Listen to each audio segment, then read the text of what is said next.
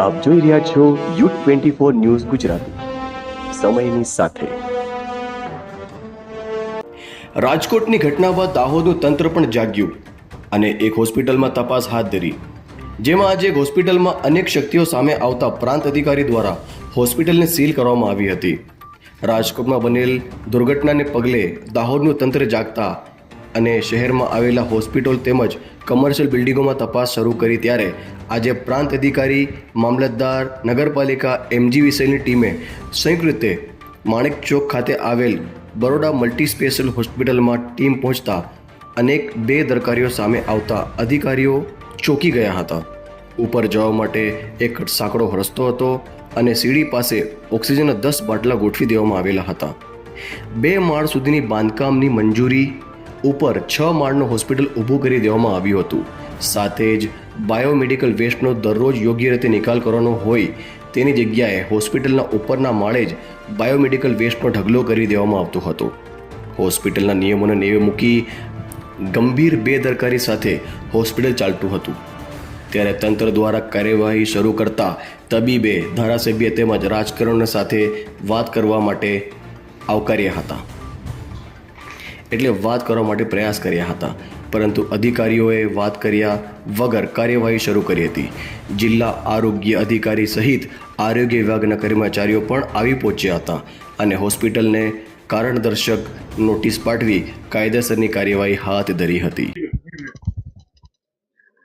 આજ રોજ જે બરોડા મલ્ટી સ્પેશિયાલિટી હોસ્પિટલ ખાતે સરકારશ્રીની સૂચના મુજબ જે સ્થાયી કમિટીની રચના કરવામાં આવી છે, ફાયર સેફટી અને અન્ય કોઈ તકલીફ પડે, જનહિતને નુકસાન થાય તેવા કોઈ કારણો નથી, તે માટે થઈને જે કમિટીની રચના કરવામાં આવી છે એમની મુલાકાત દરમિયાન બરોડા મલ્ટી સ્પેશિયાલિટી હોસ્પિટલ ખાતે બાયોમેડિકલ વેસ્ટનો નિકાલ યોગ્ય જે સરકારશ્રીની ગાઈડલાઈન મુજબ નિકાલ થયેલ નથી, એ અન્વયે મામલતદારશ્રી અને પ્રાંત અધિકારીશ્રી દ્વારા અમને જણાવવામાં આવતા અમે મુલાકાત લીધેલ છે અને બાયોમેડિકલ વેસ્ટના નિકાલ માટેની એક નોટિસ અને કાયદાકીય કાર્યવાહી આરોગ્ય વિભાગ દ્વારા હાથ ધરવામાં આવશે। મેડમ, અમને જીપીસીપીની મંજૂરી મેળવેલ નથી અથવા સર્ટિફિકેટ એમને રજૂ કરેલ નથી, કેટલી સર્ટિફિકેટ મને અહીંયા બતાવવામાં આવ્યું છે, પણ જે જીપીસીબીનું સર્ટિફિકેટ છે એમની નકલ એમણે પૂરી પાડવાનું મને બાંયધરી આપી છે, પણ હાલ પૂરતું અમે લોકોએ એમને નોટિસ આપેલી છે। હવે આ તબીબ સામે કેવા પ્રકારની કાર્યવાહી થઈ શકે છે?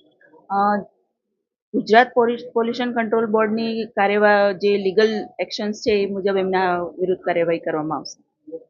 હોસ્પિટલમાં ચિલ્ડ્રન હોસ્પિટલ પણ ચાલતું હતું ત્યારે નાના બાળકોના આરોગ્ય સાથે ખિલવાડ થઈ રહ્યું હતું।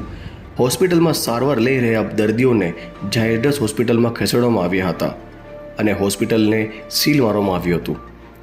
તંત્રની કાર્યવાહીને પગલે દાહોદ શહેરમાં ગેરકાયદેસર તેમજ ફાયર એનઓસી વગરના ઇમારતોમાં ભયનો માહોલ જોવા મળી રહ્યો છે। રાજકોટની ઘટના બાદ તંત્ર દ્વારા દાહોદ શહેરમાં પણ કાર્યવાહીની શરૂઆત કરી દેવામાં આવી છે, ત્યારે શહેરના આવી કેટલીક ઇમારતો હોવાનો શક્યતાઓ સેવાઈ રહી છે।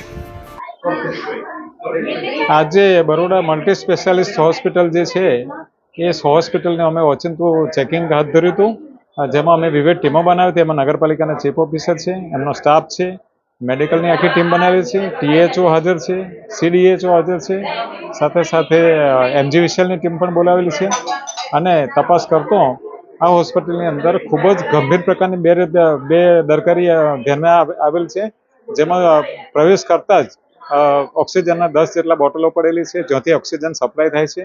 એક જ માત્ર સીડી છે, બીજી સીડી નો કોઈ ઉપલબ્ધ નથી કે એક્ઝિટ થવાની પણ કોઈ વ્યવસ્થા કરેલ નથી અને પરિણામે એમ કે અમને આ બધી જ તપાસ કરતો અને સાથે સાથે જે મેડિકલ વેસ્ટ છે એ રોજે રોજ નિકાલ કરવાનો છે, તો આ હોસ્પિટલની અંદર 4થા કે 5મા માળે એક ખાલી રૂમની અંદર મેડિકલ વેસ્ટ નાખી દીધેલો છે, જે અમે ખોલીને જોતો એ મેડિકલ વેસ્ટ એટલો બધો દુર્ગંધ મારતો હતો, જે આમ જોતા જ ખબર પડી જાય કે અઠવાડિયાથી 10 દિવસ જેટલો જૂનો હશે। એટલે રોજે રોજ આવો કચરો પણ એ હોસ્પિટલ તરફથી નિકાલ કરવામાં ન આવતો, અમે ન છૂટક્યા છે તો હોસ્પિટલને સીલ મારેલ છે અને હોસ્પિટલના દર્દીઓ જે હતા 8 એ અમે સરકારી હોસ્પિટલ બાજુમાં જ છે ઝાયડસ, તે ટ્રાન્સફર કરેલા છે।